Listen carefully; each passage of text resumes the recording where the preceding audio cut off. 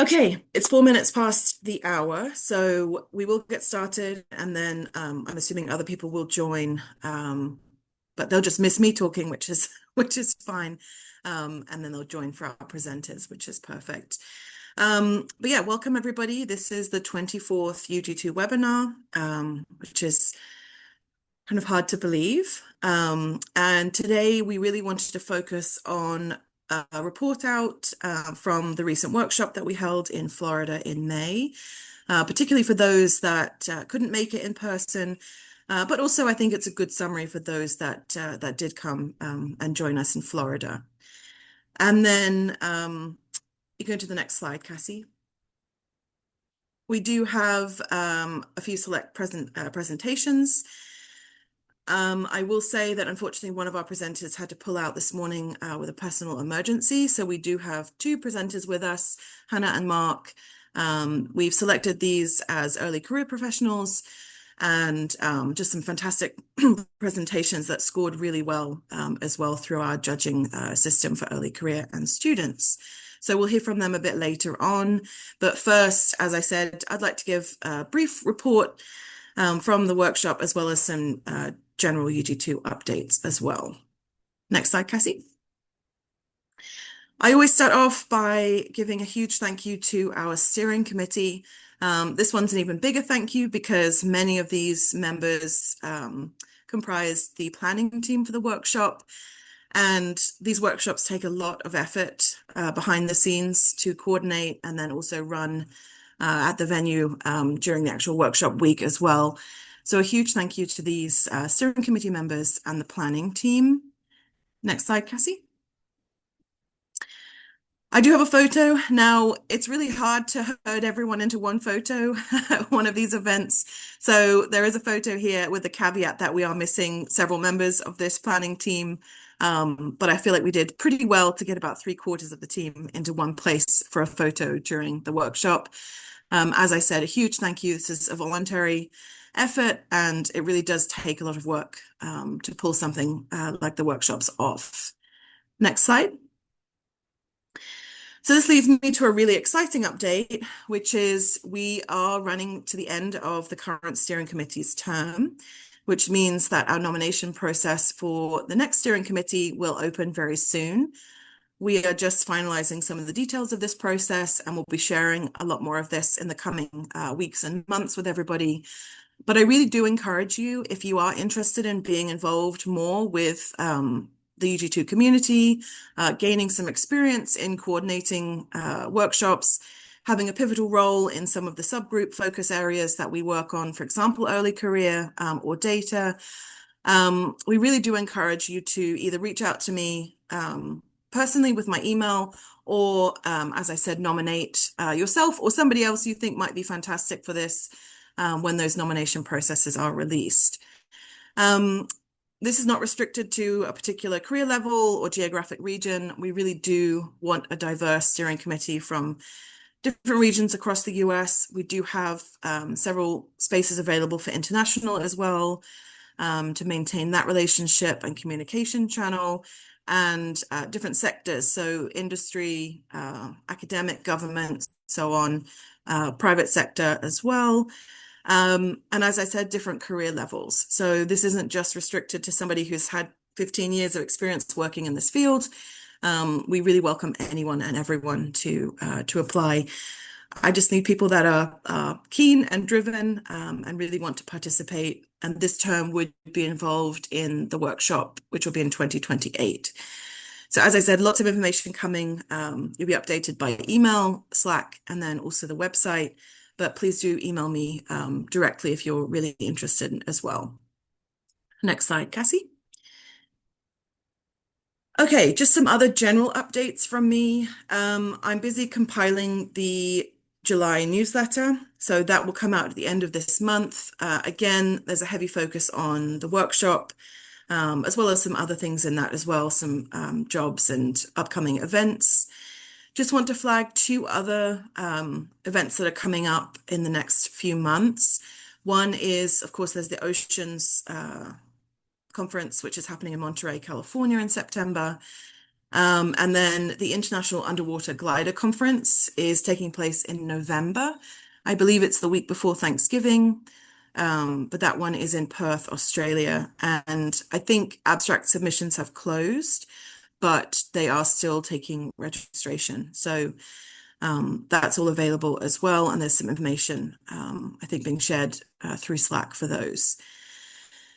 Just want to highlight as well that I do keep the website up to date. So please do look on that. We have lots of jobs, events. That's where I'm putting all the reports, different recordings of the webinars and everything. So please do take a look at that. And also, if you have any jobs or upcoming events or publications, do share those either through Slack or with me directly, because I really want to spread that as widely as I can through the community to benefit everybody. Next slide. Okay, so before I start talking about the workshop, I definitely have to thank everybody that was a sponsor. As I mentioned throughout the entire workshop, we really can't conduct a workshop without the generous support that we receive from our sponsors. So yeah, huge thank you to all of the sponsors. And a lot of these are continued sponsors, as well as some new sponsors that we had for the workshop, but a huge thank you to them. Next slide. Okay, so I'm curious on the webinar, if everyone who was able to make it, if you could put just a hands up or a thumbs up. I'm just curious to see the breakdown of who was on the call.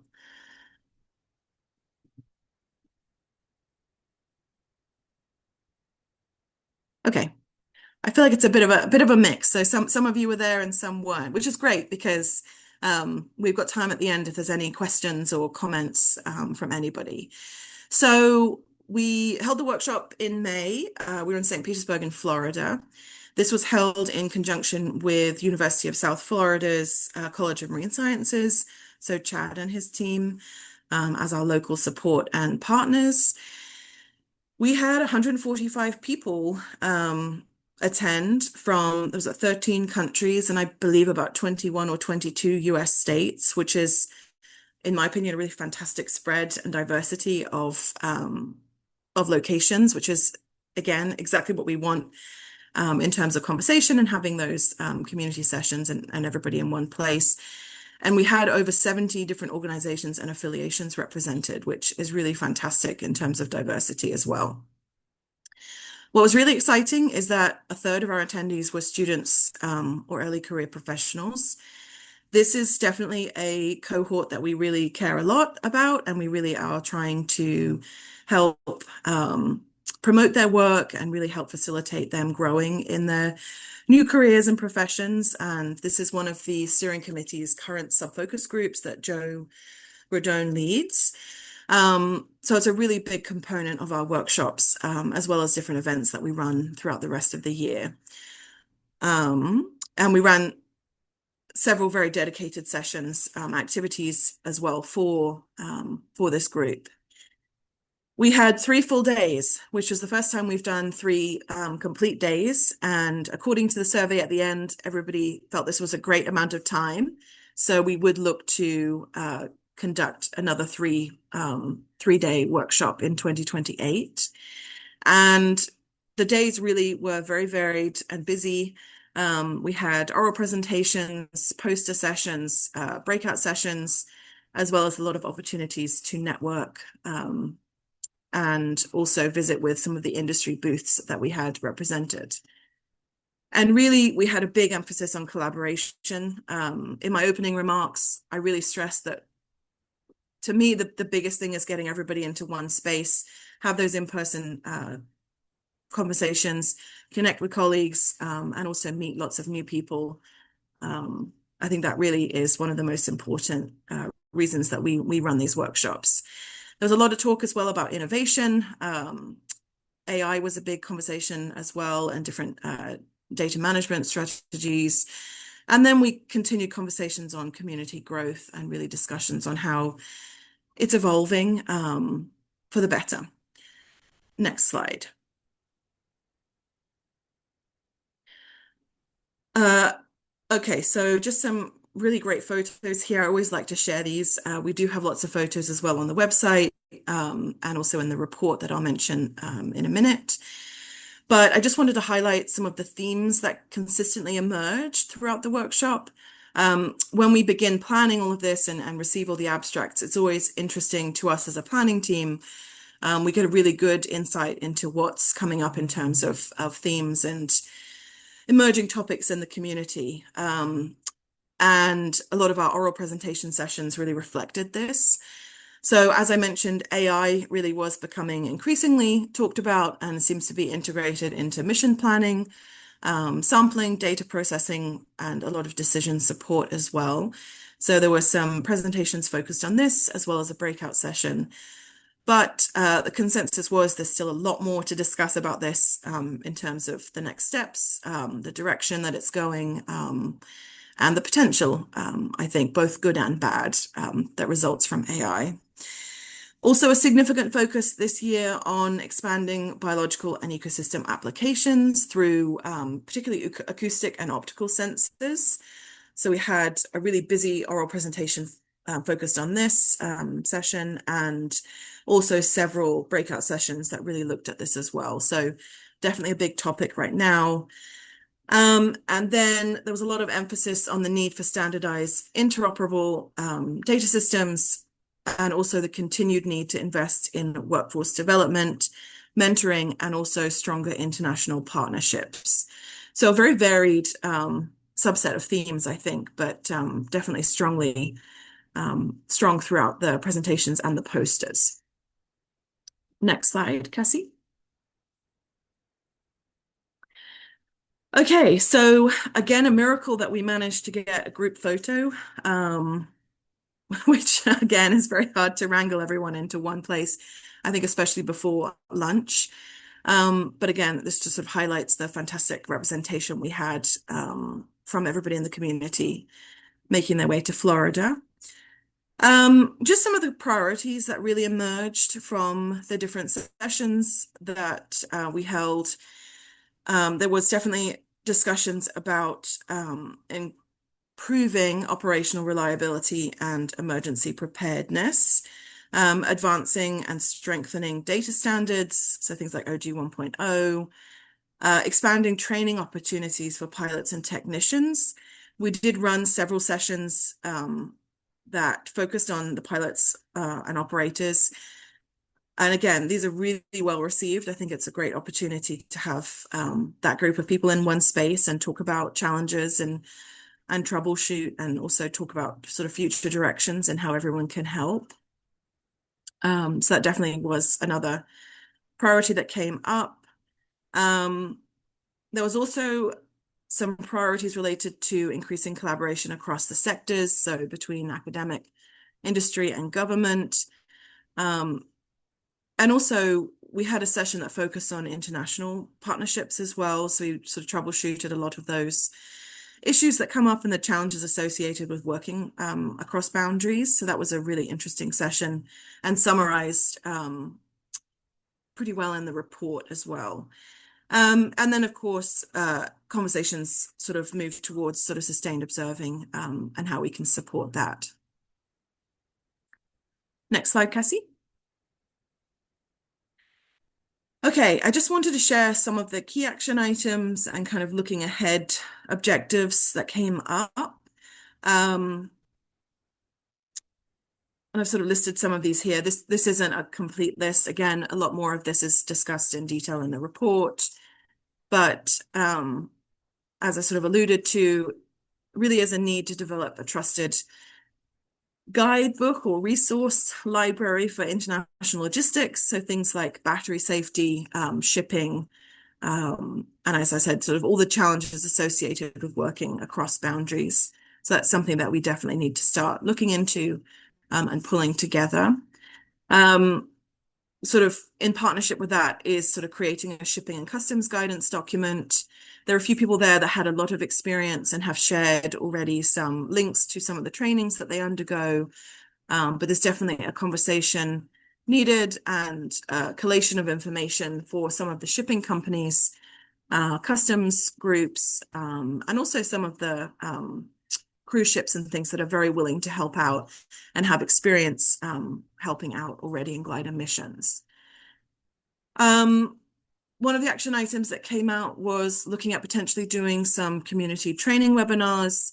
One in particular was another What's in My Garage webinar. So I'll be looking into that in the next few months. Liesl from MTS was there and she conducted a micro-credentials session, and that was very well received, and I think she got a lot of great community feedback. So definitely looking to continue that program and see where that goes in the coming months as well.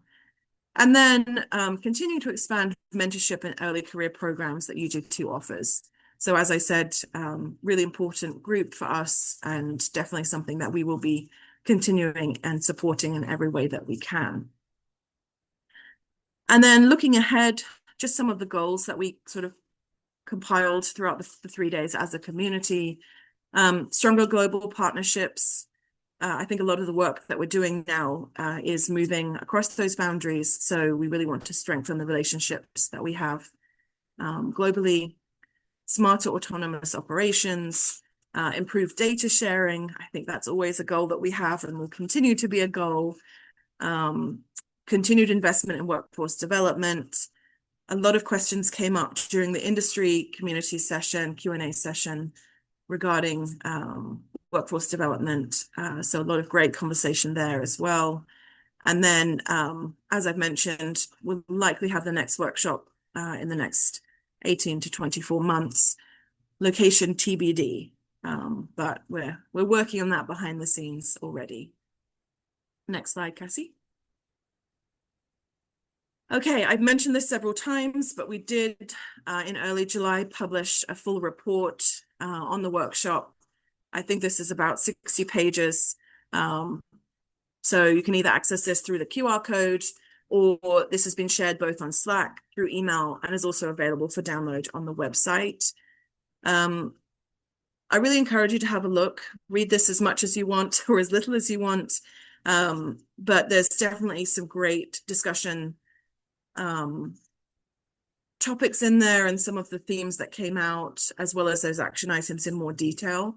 So if there's a session that you're particularly interested in, or a topic you're particularly interested in, then I do encourage you to go and take a look. There's also a list of registrants at the bottom, all of the oral presentation sessions as well. So lots of great information in this document.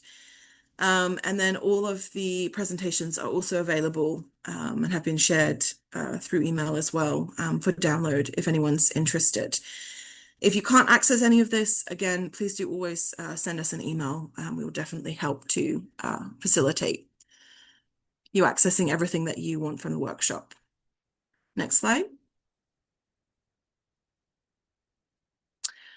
Just wanted to end with some more photos just to share with everybody. It was a really fantastic venue. Again, a huge thanks to everybody that came as a participant, that spoke, that presented the posters, was involved in the sessions. It really was a really fantastic 3 days. Next slide. Okay. So enough from me. I am going to move on to our 2 presentations. As I mentioned, these were 2 of our early career professionals that came and presented in 2 different sessions and were selected really because of such a fantastic job that they did. And we really want to give them an opportunity to share that with a wider group. So I will let Cassie unshare our screen, and then give Hana a few minutes to share hers whilst I introduce you. So our first speaker is Hana Hourston. Hana is a master's student in the Dalhousie Ocean Dynamics Group at Dalhousie University in Halifax, Nova Scotia. Her interest in ocean processes is informed by previous experience as a data analyst with Fisheries and Oceans Canada, and she enjoys spending her free time exploring the Atlantic coast. So I will pass on to Hana. And then we'll just hold questions until after Hannah is finished. And then Mark will speak as well. And then I can also take some workshop related questions at the end. We should have plenty of time, but I want to give Mark and Hannah as much time as they need, and hopefully some great community questions. So I will pass it over to you, Hannah.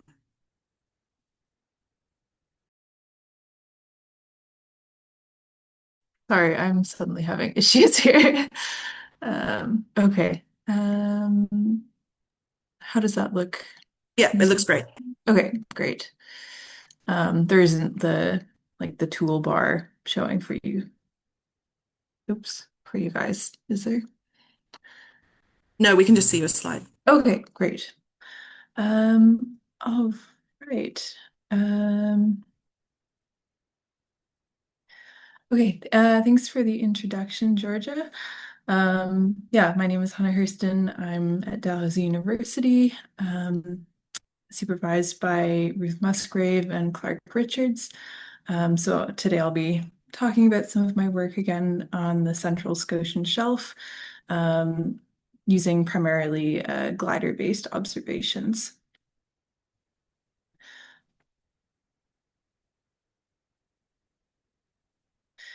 Okay, so I'll just start by introducing the study area here. So I'm looking at the Scotian Shelf, which is part of the continental margin on the eastern coast of Canada. And it has two main currents are running over it. One being the Nova Scotia Current, which flows from the Gulf of St. Lawrence, carrying fairly fresh water down towards the Gulf of Maine. And then there's also the Shelf Break Jet, which is a branch of the Labrador Current. Um, and then finally, further offshore, we have the Gulf Stream. So by gaining a better understanding of the physics in this area, this can allow us to better understand the nutrient availability, since that depends on the local water masses in the area. And in turn, this enables us to better understand primary productivity. So, physical water properties have been monitored on the Scotian Shelf uh, regularly since 1998 as part of the Atlantic Zone Monitoring Program by Fisheries and Oceans Canada.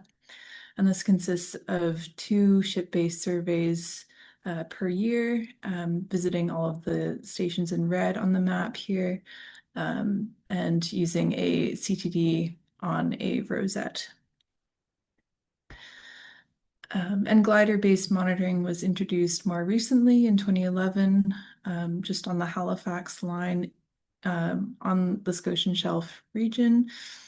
And so a glider mission along the Halifax line covers about 550 kilometers in about 3 weeks, and gathers or takes about 1,000 to 2,000 profiles per mission. So in this way, temporal and spatial gaps in the Atlantic Zone Monitoring Program occupations can be filled in with some main physical water properties.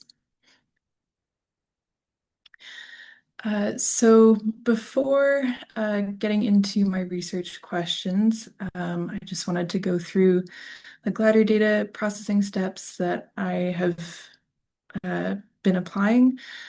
So starting with some initial data removal, I removed missions with low cross-shelf coverage, as well as the first two dives, which often had a buoy attached to the glider, just in case. And I also removed really shallow dives. And this next step involves a thermal lag correction for CTDs. So we had both the pumped Seabird GP-CTDs as well as the unpumped RBR Legato CTDs on gliders for these for the Halifax line. And at the workshop, I got to have some really good conversations with other folks about this the step here and got to share resources, which was really helpful. So basically with the thermal lag correction, this is needed due to the thermal inertia of the conductivity cell. And in a two-layer system with warmer water on top of cooler water, uh, this is shown in temperature salinity space as a gap between a subsequent downcast and upcast profile that go through the same water mass, since the downcast is biased warm and the upcast will be biased cool. And then in cross section, this appears as a stripiness in profile-wise salinity differences. And so with the successful correction, we can reduce the space between subsequent down and upcasts in TS space and reduce the stripiness that we see in cross section. And then the last step that I've implemented is a basic despiking routine just to remove some unphysical values. So now I'll move on to the questions that I had for, that I wanted to answer with the glider data. The first one being what the vertical structure is along the Halifax line over the period of glider data availability. And then I also wanted to find out what the TS properties of the water masses are along the Halifax line and look into which ones are mixing. So previous studies have shown that there are five water masses found in this region. The inshore Labrador Current water, the Cabot Strait subsurface and Cabot Strait cold intermediate layer water masses, the Labrador slope water, and the warm slope water. And the latter is derived from the Gulf Stream water. And these have all been measured at AZMP stations around Atlantic Canada. So with this information, I wanted to start with looking at these time series of these water properties to see if the water masses are changing over time. So here I've plotted temperature anomalies. These are annual anomalies on the left and salinity anomalies on the right. And I've fitted a linear trend to each time series. And I've colored the time series that have significant trends and grayed out the remaining ones. So we can see here that the inshore Labrador Current has both a warming trend and a freshening trend. And the cold intermediate layer also has a warming trend. And then the Labrador slope water actually has a slight salinifying trend. So I'll just put that aside for a moment here and go back to the glider data. So I'm showing seasonal climatologies for winter and spring to start with here, just to show what the mean conditions are over the year. So in winter and spring, in both seasons, we have a wedge of cold, fresh water at the surface adjacent the coast. And then on the shelf, we have, and on the slope, we have warmer, saltier water below that. And then at the base of the slope, we have, the water cools again. And then in summer and fall, we see an increase in stratification near the surface from solar heating and the appearance of a cold subsurface layer. And we continue to see warmer layer at the bottom of Emerald Basin. That's the main basin in the central Scotian shelf. And so we have this 3-layer vertical structure on the shelf, and then closer to four layers on the slope, pardon me. So at the workshop in May, I showed these figures here. So I took the average water mass properties from those time series and plotted them in TS space. And then I colored points within the triangle defined by those vertices with a unique color so that I could map points from the climatologies to their proximity to the average water mass properties. And after the workshop, I found that the interpretation of these mixing triangles could be quite variable based on how the triangle was constructed when taking into account or not standard deviations around the mean water mass properties. And I also found that this color map was not the most suitable because gradients were not very uniform. So we had some sudden gradient or sharper gradients in different parts of the triangle, which didn't help for interpretation of mixing. So since then, I've been looking at this mixing rectangle here, and this is actually a discrete color map instead of continuous, and it's in spice density space. So we have mintier points are either like a light green or a cool blue color, and spicy points are an orange or a warm purple.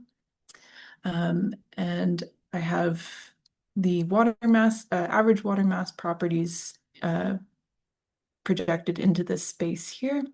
So the Cabot Strait subsurface water is a kind of light greeny blue, and the cold intermediate layer and intra-Labrador current water are a less green, light blue.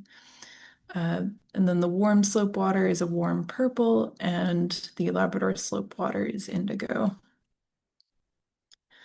So applying these water masses or applying this color map to the climatologies allows us to um, have greater certainty on identifying water masses along this transect. I'm just going to check my time here. Oh, okay. Um, so yeah, so in winter and spring, we can see clearly that there is Cabot Strait subsurface water originating from the Gulf of St. Lawrence in the surface layer and warm slope water below that. And then in all four seasons, there is a mixing line between the warm slope water and Labrador slope water. Um, and then in summer and fall, again, there's that surface heating, which is quite obvious. Um, and the warm slope water persists in the subsurface layer. Um, and what we don't see is much water from the cold intermediate layer and the intra-Labrador current, which were the two water masses that had significant warming trends in them. So I'll just wrap up with some conclusions here. So we saw that the intra-Labrador current is warming and freshening, and the cold intermediate layer is also warming. Looking at the glider data climatologies, there was a two-layer vertical structure on the shelf in winter and spring, which transitioned to three layers by the summer. And then looking at our updated mixing diagrams,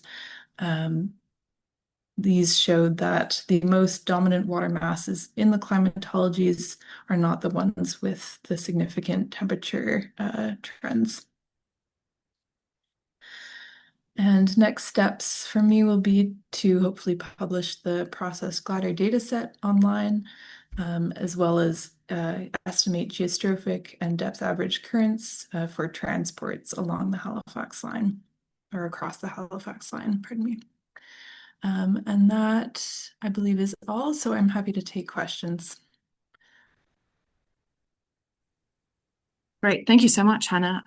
Any questions? You can either put your hand up and ask them, or you can pop them in the chat and I can relay them. I see a few already coming in, so I think Jody, you were first. I was just clapping, but I'll ask a question, sure. Uh, so Hannah, did you guys try just plotting just spice? Because it seems your other color map might just I mean we already know density goes up and down, so I just wonder if just plotting spice would be at all helpful. Yeah, that's not something let me see, I've tried yet.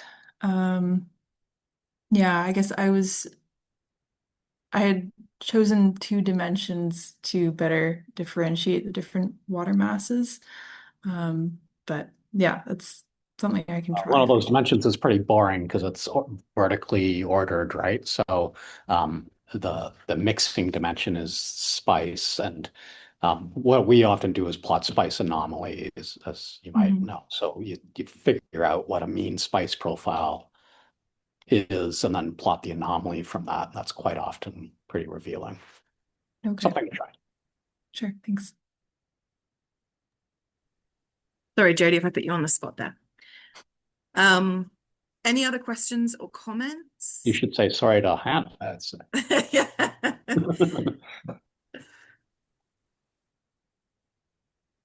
I have a question then. I'm just wondering what's been the most surprising thing for you doing your research?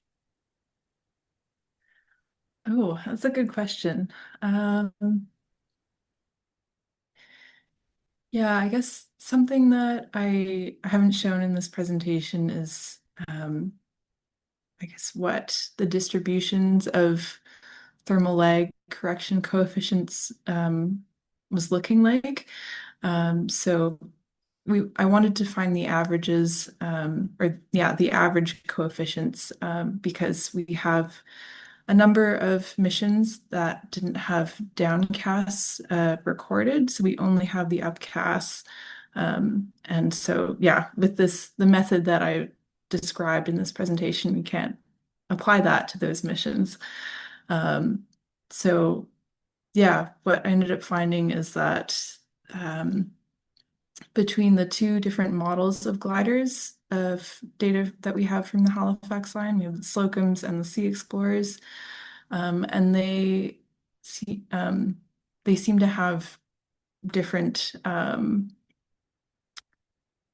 yeah, different alpha values generally, which yeah, I wasn't expecting, but I guess that kind of makes sense with um, how the sensors are positioned differently on those platforms. So yeah. Okay, is that a hand up? Uh, yeah. Well, first, I'll reiterate or agree with that. We find difference between the Sea Explorers and the Alcimars as well. So you should chat with Lauren Talbot when she arrives, Yeah. because she's done all those comparisons for us. Um, I guess I was also wondering though, do you guys have numerical simulations to compare with, and maybe see if, like, you don't expect them to get everything exactly right, but it would be interesting to see if they get the trends that you see um, sort of close, because then that's something for them to target. If if they're not close, it's something for them to target. If they are close, then everyone can declare victory, and we can just use numerical models. Uh, yeah, I haven't compared um, the data to simulate model simulations yet, but yeah, definitely another thing I can try.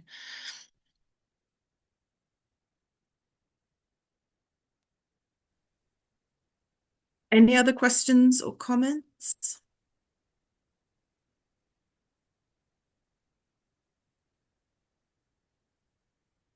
Okay, well, thank you again, Hannah.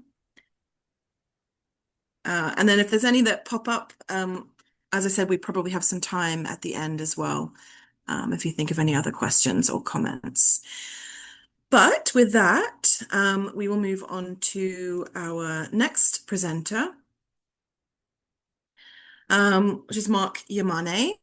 Mark is a master's student in the Fisheries Acoustics Research Lab at the University of Washington in Seattle, and his research includes the development and validation of near real-time glider data products. So I will hand over to you, Mark. Thank you. All right, thanks, Georgia. Yeah, my name is Mark Yamane, and like Georgia said, I'm a master's student working with John Horn at the University of Washington. And the work today I'll be presenting was funded by the NOAA UXS Transition Office and done in collaboration with Seth and Hank up at University of Alaska Fairbanks, and Max, Rob, and Matt, part of Williamson and Associates, or WASOC. They developed the sensor that we are going to be talking about today. So the image on this slide, if you got that it's a glider, you kind of get the underlying a thought process behind developing metrics based on purely the size and shapes of an object. An issue we're running into when we're with a plankton imager on an underwater glider is that the images are too large to send in near real time. And so decimating the information on the image down to metrics that are just based on size and shape. We wanted to see if creating size and shape metrics would be useful in describing the community compositions found in images. So this is Blinky. This is one of the gliders from University of Alaska Fairbanks. And it has a whole suite of optic sensors, the shadowgraph imager on its nose. It has the echo sounder and the transducer, the red sensor on top, and it has the classic environmental sensors, CTDs, all of that on the bottom. But today we'll be talking about just the shadowgraph. And so before we get into the processing and pipeline that we developed, we're going to talk about what's been done in the past. And so one of the first sensors that tried to capture counts and sizes of plankton in near real time was the optical plankton counter.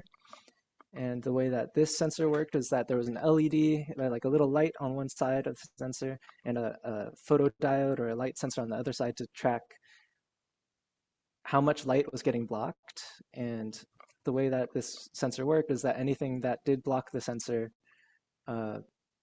was the amount of time that the sensor was blocked corresponded to a size of the object that passed through.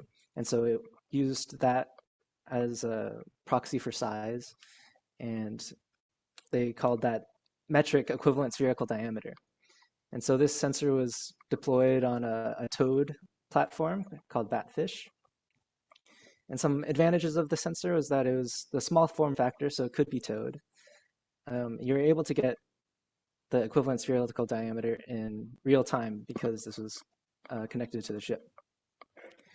Some big limitations for this, for the optical plankton counter, was that you weren't able to get any more out of it, meaning classification you couldn't really do with this sensor. These images, later they added a laser so you could get binary image files. But originally the classes were just inferred on size, and the size, the amount of time that the plankton in this sensor blocks that photodiode could vary based on the orientation of the plankton to the light sensor. So this is one of the first examples of a sensor trying to capture plankton image information in real time. And moving on to 2018, Mark Oman and his group developed the Zoe glider, and they've developed this camera that kind of does a similar thing, but takes RGB images of the plankton in this imaged volume. And so they developed the SOCAM for the spray glider. And some advantages, again, is that it's a small form factor, small enough in this case to fit on a spray glider. And rather than real time, this is in near real time when the glider surfaces. It captured 1 megapixel images in RGB, so you could see more of the little structures of the plankton, and you could perform full-on like neural net classification once the glider is retrieved. And But these images still, in this processing pipeline, still had a couple of big limitations. For the processing in near real time, the output was two size classes, small and large.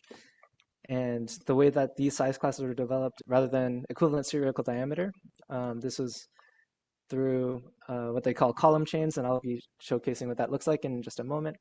And plankton still vary based on orientation. These size classes in particular vary based on the orientation of the plankton to the image. And what the processing, near real-time processing pipeline looked like for the ZooGlider was it took the raw image on the left, it would go through a thresholding to binarize the image, and it would create column chains of any contiguous pixels that were blocked by the camera or blocked by that block the light. And those chains are what they put into the size histograms. So small chains built the small class, and then large chains built the large class. And an interesting limitation of this binarization method in particular is that any plankton that are transparent or have any transparency end up creating multiple chains. So this is one gelatinous zooplankton, but it turns into thousands of chains because of the transparency, and because this is it, and many chains make up this plankton, this plankton, in this case. And so this, when I mentioned that this size is varied based on orientation, something that's maybe wide in one orientation will have small column chains, and if it was rotated 90 degrees, it might have those small chains might be large. So that was built off of the ZooCam for the spray glider. The sensor we're looking at, and that the company we've been working with is Wasok. Their shadowgraph does a similar thing. They use a light source through a imaged volume to camera. But our main focus here was on making the most of the single board computer on board, in this case, the Raspberry Pi Zero 2W. This is very computationally limited. It's a very small computer, and so it's not strong enough to, for example, run a full-on classification pipeline, so you can't get counts of different plankton species in near real time. But the images are still very high resolution. This is 4 times the resolution of the ZooCam. So you can distinguish different plankton apart from each other in a single image. The processing pipeline we developed includes a little bit of different binarization routine. In this case, we fill in those contours so that we don't get the gaps, and we can get the full area of each plankton. And we apply a segmentation routine. So this segmentation will create, rather than many chains building up a single plankton or particle, you would only get one set of metrics or one size per particle in the image. And so this is because it's only one set of metrics per particle or per plankton. It's low data volume, and it's rotationally invariant. The perimeter of this segment is not going to change, and the area is not going to change based on the orientation. And so when we were wondering if there was other metrics that might be informative. So once you have these contours or the segments, you can actually pull a lot of information out of each segment. There's some common metrics like perimeter and area. In this case, we derive equivalent spherical diameter from area just to go along with what's been historically used to represent size in the past. And we were interested, since size has been looked at in the past, what can we look at for shapes? And so we developed a suite of shape metrics to also describe plankton a little bit further. Things like circularity is how circular the plankton are, and things like eccentricity is how elongated relative to a circle it is. But all of these it describe a little bit different features about the shape of an individual object. And so we wanted to see if these metrics would produce unique values or unique sets of values for different shapes. In this case, to interpret this image, each vertical, the columns show the range within a single metric, and the row across for each image shows sort of like a proxy for an encoding. So what we want to show here is just that each different shape, even common shapes like between circle and square, there are unique encodings for different types or different shapes of objects using these features. And so what that might look like for a full image with many different sizes and shapes of plankton is something like this, where we've colored the plankton by their equivalent spherical diameter just to show how the histograms are built. In this case, you can see there's two larger plankton, and that's captured in the equivalent spherical diameter histogram. It's a little bit harder to attribute the shape features and histograms, but you're able to get the general distribution of the community based using the other shape metrics. And so what this looks like when you integrate multiple data streams together, for the case of Blinky, there's active acoustics in addition to the optics. And with active acoustics on the left figure here, Blinky has an upwards facing transducer, so it's on the bottom of this profile where the yellow dot is. And the warmer colors represent a higher backscattering strength from the ping, and so you might think of it as higher biomass in a layer. And so from the echogram, you can see where different layers are and how dense layers are in the vertical water column. And so you might be able to expect different densities of plankton and different community compositions based on where the glider is in these density layers. So this is sort of simulating in near real time. What you would get is not necessarily the images, but you would be getting these the histograms using these shadow metrics. And so as it goes into the higher and higher density zones, you might expect there to be more particles in the histograms, and the distributions to change maybe depending on what the communities look like in the image. So we wanted to look at the actual classification potential of these shape metrics and size metrics. So using some common classes that we typically find in the northern Gulf of Alaska, and these 6 metrics, we performed an ordination to see how well these metrics can capture the variance or the differences between the different classes. And so with the UMAP ordination, the way to interpret this figure is that points closer together in space are more similar, and points further apart are more different. And so you would expect groupings of plankton that looks similar in terms of their shape to be closer together, and plankton that are further apart in shape are further apart. And so and these are also colored by their classes. So you can see that these metrics do a relatively good job at sort of distinguishing between the classes. And there is some overlap, which we might expect from just differences in similarities in the shapes of certain plankton, but also the variability in the orientation of the plankton relative to the image. It might create different shapes within a single class. So that's where they might overlap as well. But all of this is to show that there is the potential for classification, or at least community description, is promising.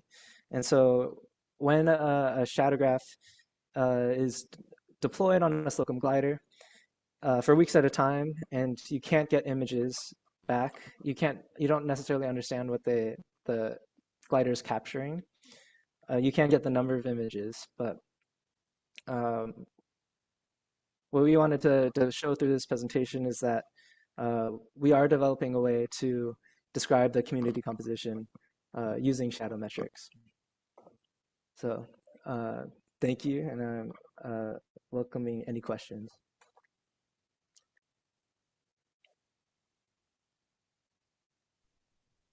Great. Thank you, Mark. That was great.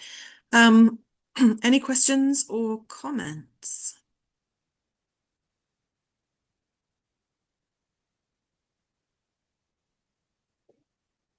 If not, I'll kick off with the same question. What's been either really surprising doing this in terms of the results or the technology, or something that's been really challenging? I'd say that one of the most challenging thing is, I think, working on such a power limited platform. I mean, that's just kind of, I feel like everyone's limitations with gliders. But yeah, trying to develop this processing that can happen between image capture is pretty difficult, especially on this computer. I actually have I have one on my desk to remind me how small and how the power that I'm actually working with when I'm trying to come up with different ideas for how to develop these metrics. But yeah, so that's been difficult. But I've been impressed by just the what it has been able to do, despite being such a small computer.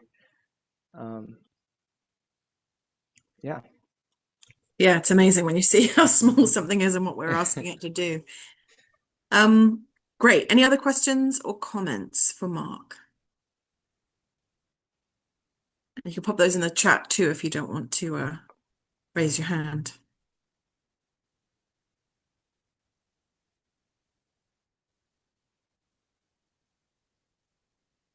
Jody? I'll go ahead and ask one though. Maybe you said it in your talk, and I apologize if I missed it. What is the practical advantage of being able to do this in near real time versus just doing regular sampling? Yeah. So this is sort of like an extra data product that you can get in addition to the normal sampling would be just collecting the images, but you wouldn't know what's actually in the images until the glider's retrieved.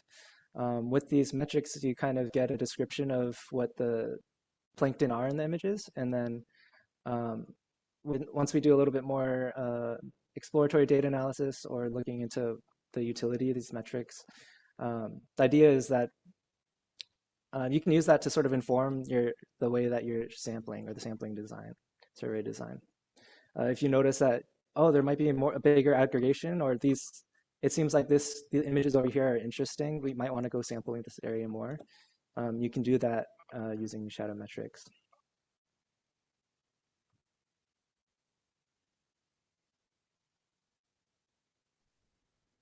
Any other questions?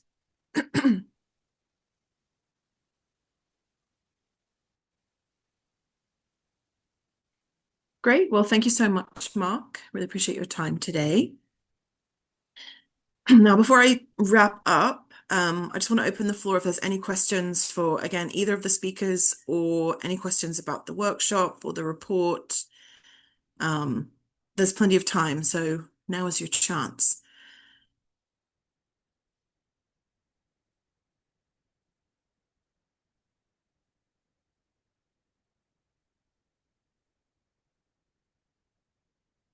Okay, I think this means we did a good job then. Okay, Cassie, if you could pull up the final slide. I just have a few brief wrap-up items. Perfect. Yeah, so we run the webinars every 2 months. The next webinar will likely be in September, or potentially October, just because the Oceans Conference is in September. Excuse me, topic is still to be determined, but one of the asks of the workshop was to do another What's in My Garage webinar, so that tentatively will be the next topic, but just look out for the communications for the next webinar. Again, I always say this as well, if you have any topics that you really want to see us cover, or if you have speakers you think would be really fantastic, please do let us know. Feel free to email us, or you can always put something on Slack, but we really want to make this a useful webinar series for everybody in the community. The European group also run their webinar series. I think they had a webinar, I think it was last month, and I also share their webinars via Slack as well when I hear the next one in the series. Always another reminder that Slack really is our collaboration tool, so please do join that if you're interested. If you have any issues accessing or need a direct link, again, just shoot me an email. I'm really happy to add people directly to Slack. We do have a new early career channel as well. So I really encourage anyone early career or students to join that dedicated channel. There's just sort of more dedicated information and specific information, and a really safe and easy place to ask any questions as well. I highlighted already at the beginning, but our website as well, lots of real-time information goes on there. We share all of the resources, upcoming events, jobs, and so on. And I think last slide, Cassie, I think that's it. There is a QR code there, and I believe that is to go either to the website or Slack. But again, let me know if anyone has any issues joining Slack. Really happy to help everybody however I can. So I will finish there. We finished early today, so you have a little bit more time left in your schedule for the day, but I will stick around if anyone has any last minute questions or comments. Otherwise, a huge thank you again to Mark and Hannah for giving us your presentations again today and sharing your research with us. And just a thank you to everybody for joining, and have a good rest of your week and weekend.